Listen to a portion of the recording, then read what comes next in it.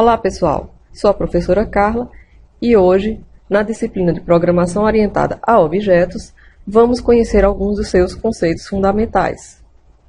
Destaco que o NetBeans foi utilizado para a execução dos exemplos de código utilizados nesta aula. E esta aula como um todo foi baseada no fascículo da disciplina, fascículo que vocês possuem na referência geral de vocês. Assim sendo, na visão da orientação a objetos, o mundo é composto por diversos objetos que possuem um conjunto de características e um comportamento bem definido. Assim, a ideia é que ao desenvolver um sistema de informação, você se preocupará em modelar tais objetos. Todo objeto possui como características um estado, um comportamento e a unicidade. O estado é o conjunto de propriedades de um objeto, não só os atributos, mas também os valores desses atributos. Comportamento é um conjunto de ações possíveis sobre o objeto, que também são conhecidas como métodos da classe. Enquanto que a unicidade versa que todo objeto é único, ou seja, possui um endereço de memória único. Um outro conceito bastante importante na programação orientada a objetos é o conceito de classe. A classe é um componente de programa que descreve a estrutura e o comportamento de um grupo de objetos semelhantes, isso é, as informações que caracterizam o estado desses objetos e as ações, também conhecidas como operações, que eles devem realizar. Então, a classe é onde você coloca os atributos ou características e as ações ou métodos daqueles objetos. Entende-se classe como um modelo ou como uma especificação para um conjunto de objetos, como já dissemos anteriormente, objetos semelhantes, ou seja, a descrição genérica dos objetos individuais pertencentes a um dado conjunto.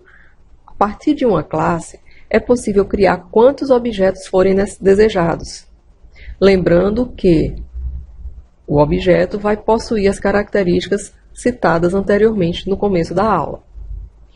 Uma classe define as características e o comportamento de um conjunto de objetos. Assim, a criação de uma classe significa definir um tipo de objeto em termos de seus atributos, ou seja, variáveis que conterão os dados, e também os métodos, que são as funções que manipulam esses dados.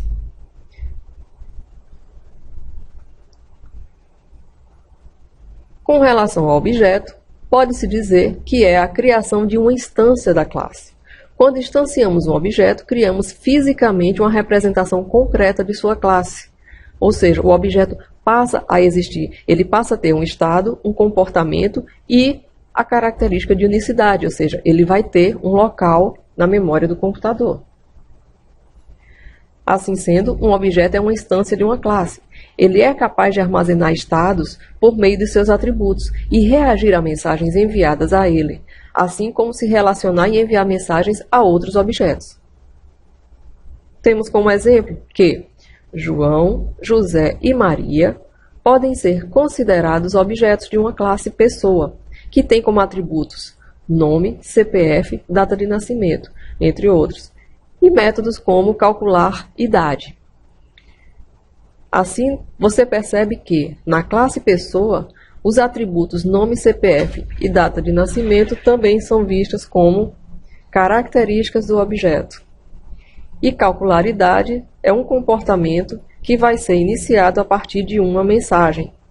Um outro conceito importante na programação orientada a objetos é o conceito de pacote, mais relacionado a Java.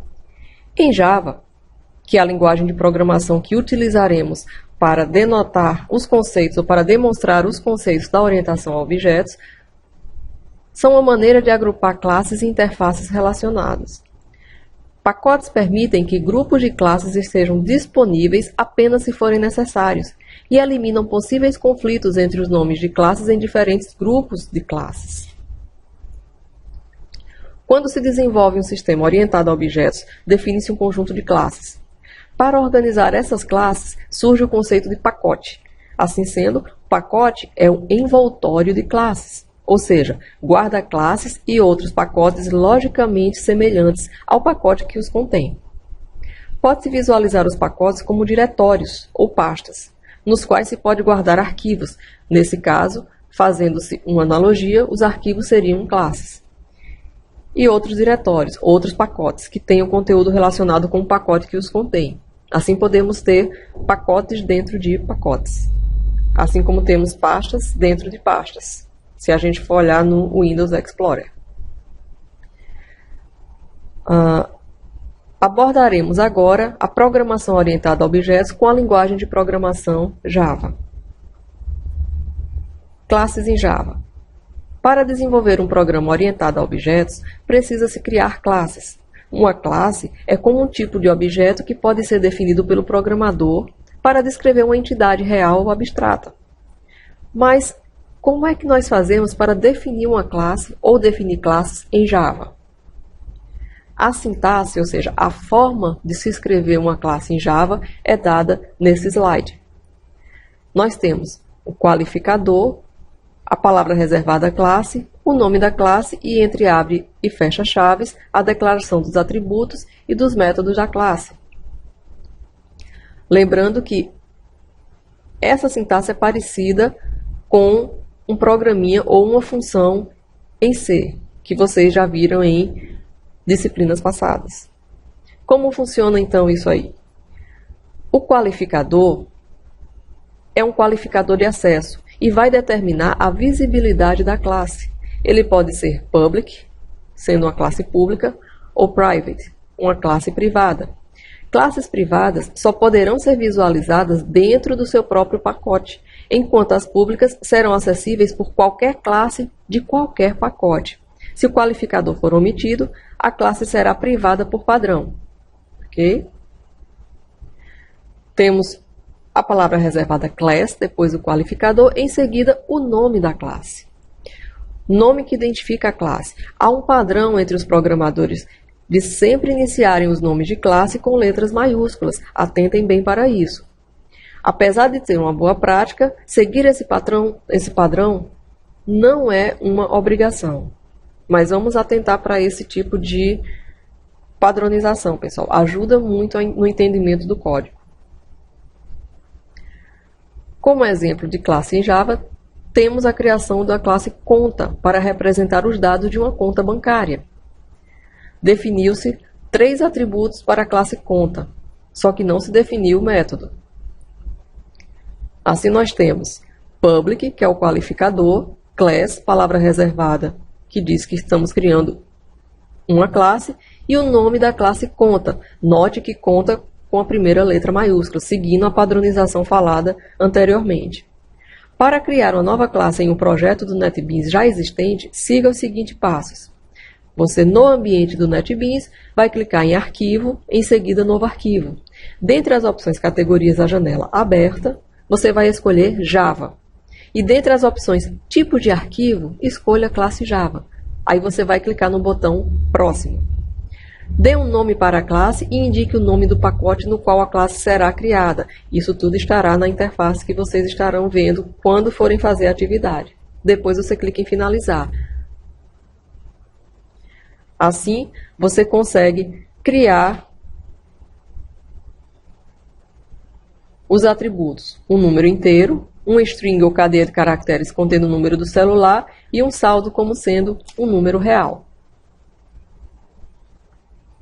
Como se declara um atributo? É bastante parecido com a declaração de uma variável. Você tem qualificador, o tipo do atributo e o nome do atributo. Qualificador é o qualificador de acesso e, mais uma vez, determinará a visibilidade do atributo. É opcional. Se não for informado, o padrão do atributo será protegido, ou protected. Veremos esse qualificador mais adiante. O tipo do atributo o tipo do atributo é um tipo primitivo ou classe que define o atributo. E o nome do atributo será o nome que identificará o atributo. Há um padrão entre os programadores de sempre iniciarem os nomes de atributos com letras minúsculas. Apesar de ser uma boa prática, seguir esse padrão não é uma obrigação. Caso você queira definir vários atributos do mesmo tipo, podemos colocar os vários nomes separados por vírgula. Semelhantemente, a linguagem C já é estudada por vocês. Como exemplo, então, nós temos private double saldo, string nome, vírgula, endereço. O que quer dizer? Nós teremos um atributo saldo, que será um número real com precisão estendida, um qualificador privado. E nós teremos aqui mais dois atributos, nome e endereço, ambos sendo do tipo string, ou cadeia de caracteres. A declaração de métodos também é parecido com declaração de funções na linguagem C. Nós temos aqui o qualificador, mesmo conceito usado no caso de atributos, tipo de retorno, que se trata de um tipo primitivo ou classe que define o retorno a ser dado pelo método. Se o método vai retornar um valor real, ele será do tipo float, por exemplo. Nome do método é o nome que identifica o método. Finalmente, o corpo do método, que estará entre abre e fecha chaves, que será o código daquele método, o que o método vai fazer quando for chamado. Temos como exemplo o método getSaldo. O que vai fazer o método getSaldo? Nós temos então o qualificador, o tipo, o nome do método. O código dele consiste de um comando return. Ele vai retornar o saldo, ele vai retornar o valor contido no atributo saldo. Okay?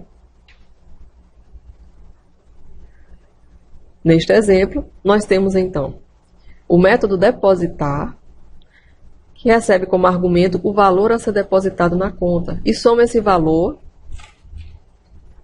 ao saldo daquela conta.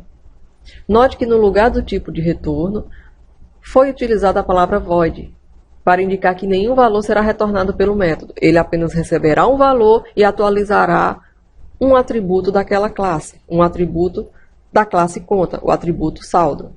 Okay? A palavra vez é usada para acessar atributos do objeto corrente. A palavra vez é obrigatória apenas quando temos um argumento ou variável local de mesmo nome que um atributo. Então, aqui nós temos a classe já definida anteriormente, com os 3 atributos, e depois o método depositar, que vai receber como argumento um valor. Esse valor, então, será adicionado ao saldo. O saldo terá como valor final o valor que ele tinha anteriormente, a chamada do método, mais o valor que foi passado para ele. Ok? Outro método para a classe conta é o método sacar. Ele recebe como argumento o valor a ser sacado, ou seja, o valor que será retirado da conta. Então, o método verifica, inicialmente, se a conta tem saldo suficiente para permitir um saque. Se o saldo for maior ou igual ao valor do saldo, ao valor do saque, o valor do saque é descontado do saldo e o método retorna o valor true, informando que o saque ocorreu com sucesso. Caso contrário, se a conta não tiver saldo, o método apenas retorna um valor false, indicando que o saque não pôde ser efetuado. Por isso, o tipo de retorno do método é boolean, ou seja, é booleano. Okay? Evidentemente, se você tem uma conta corrente, você tem um saldo de R$100, você não poderia sacar R$150. Okay? A ideia é essa, pessoal. Para utilizar um objeto em Java, 2 passos devem ser executados.